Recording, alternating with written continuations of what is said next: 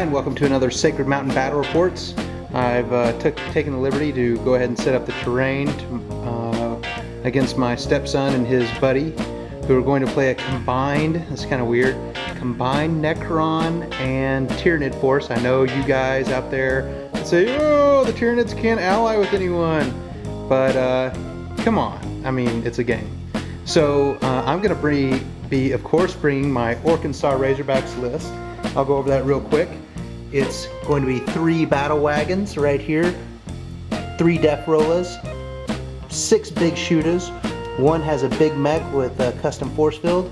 One has a knob power claw boss pole, knob power claw boss pole. Those are going to be, knob power claw boss pole and a Burna wagon with 1 mech. 2 trucks, both with big shooters, knob power claw boss pole, knob power claw boss pole. Those are filled with sluggas. The classic DACA jet with the extra super shooter, not fighter A's. Kind of a light on the Ludas, only 7. And then a knob biker list with a war boss. Again, I think with Tyranids I'm going to keep this guy, my biker boss, as the warlord.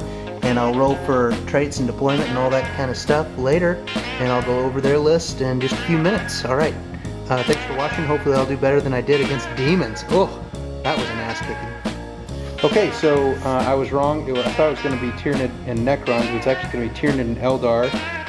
My opponents looks like it's going to be a smaller Eldar contingent, and it's going to be partners versus me, so 2-on-1, homie. So let's hear about the Eldar list. Alright, so we got 2 Fire Prisms, one's proxied as a Devil Fish, 2 squads of Dire Avengers, both with X-Arches, 1 Farseer, and 3 Warlocks.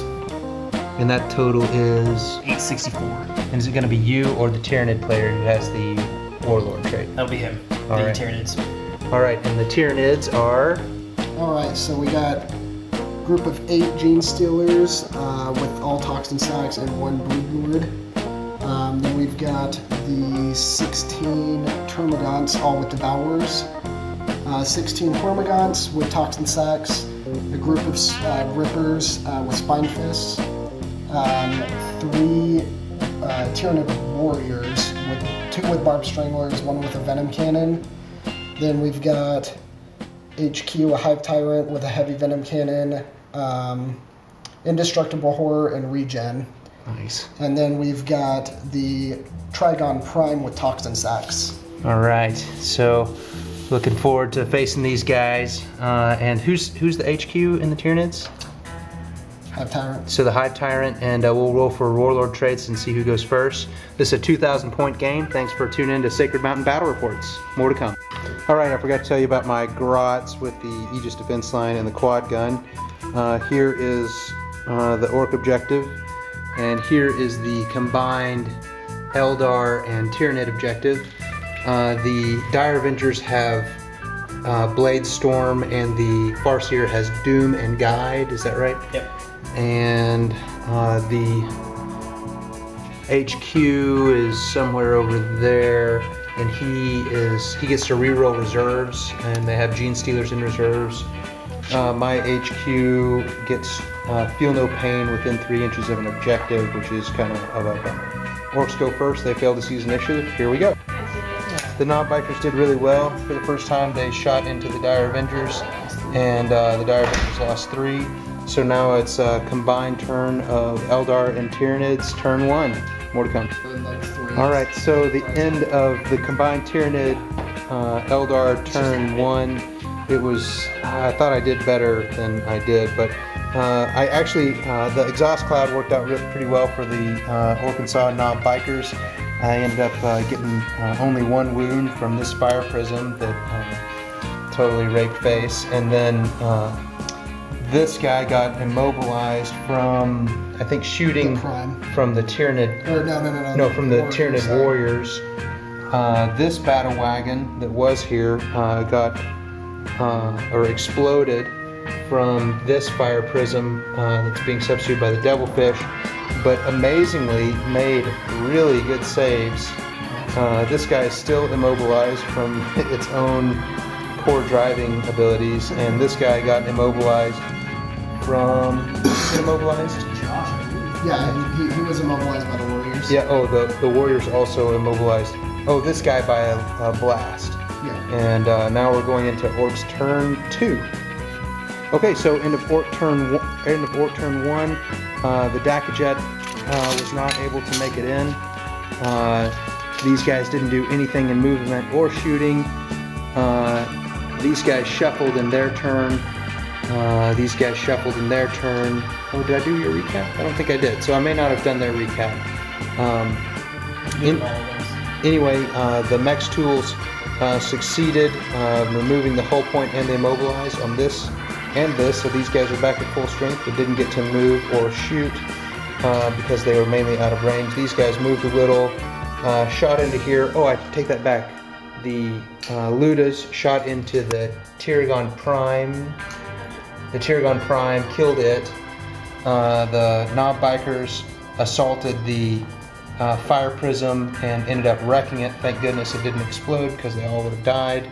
And now we're facing a Blade Storm with Doom Guide, Farseer. So Knob Biker Death Star is about to die. All right, that's it for Orcs turn 2. So if you thought Orc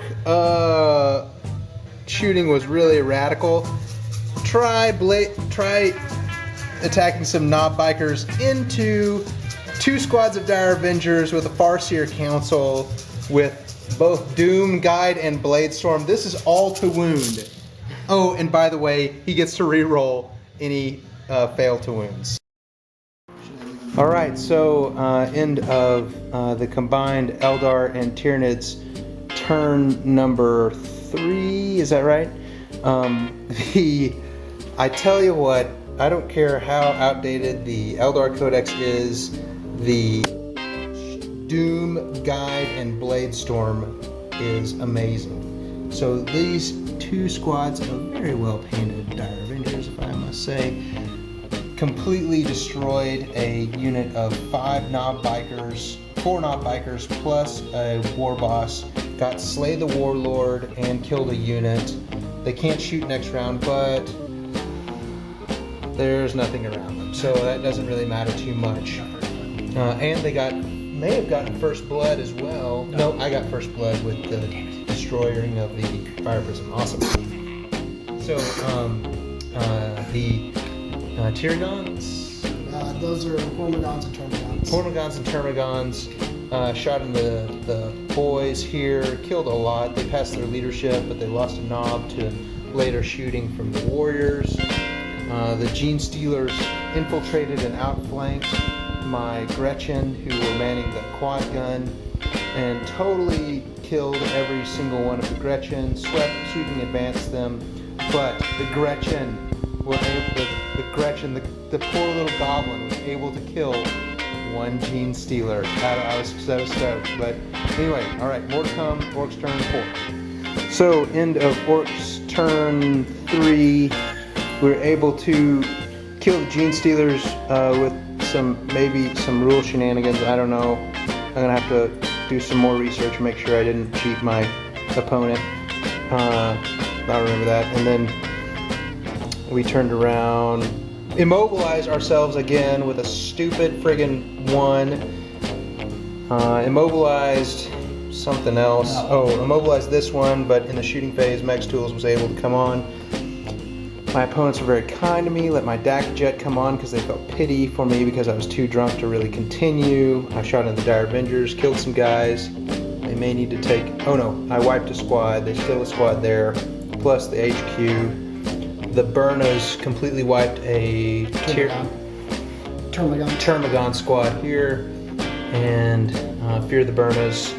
These guys basically ran away, and it's about to be Eldar Tyranid's turn 4. Okay, here comes the raping of the face. Surprise. Okay, so we're running out of gas here. Orcs turn still pretty ineffectual. This guy moved up trying to block line breaker. We were able to destroy a twin link shuriken catapult with the Luda shooting. The quad gun shooting didn't do anything. These guys moved up. I realized when I flamed or burned the Hormigons or termagants over here that actually moved 12 inches, and then I should have been snap shooting, and templates can't snap shoot, but Josh, out of the kindness of his heart and pity for my poor orcs, and wanted me to win a game so I wouldn't feel like less of a man, allowed me to keep that. So he lost a whole unit and he shouldn't have.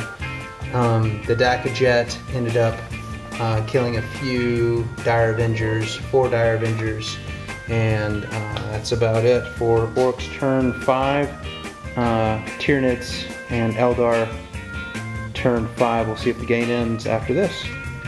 Alright, so recap, we decided to end it at turn 5. We didn't decide to roll with a tie. The Orcs control their home objective. The Dire Avengers and Termagants control their home objective. Hormagants? Yes. Hormagants control their home objective. They retain Slay the Warlord. We get Linebreaker. He gets Linebreaker. He gets Slay the Warlord. The Dire Avengers were able to kill the the War Boss, and get Linebreaker. And the Orcs got first blood with destroying the Spire Prism. And it was all in all a good game. I think we all need some more tactical acumen.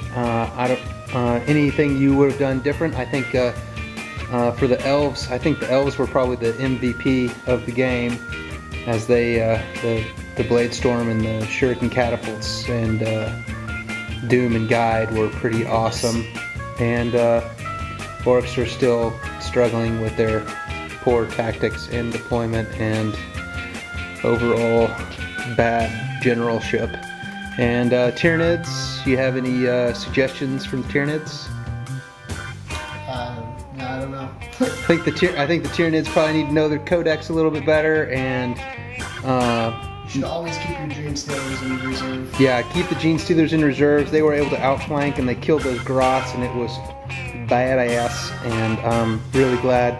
I knew that the Gene Stealers would be coming on from the side, and so I kept the trucks back so they could help. If I didn't keep the trucks back, that would have been a sweep for my opponents for sure, because they would have had a total of, I think, 6, 7, 8 8 victory points. I would have had one victory point, maybe two victory points. All right, well, that's it. Thanks for tuning in to Sacred Mountain Battle Reports. I hope to see you all again, and more Tyranids.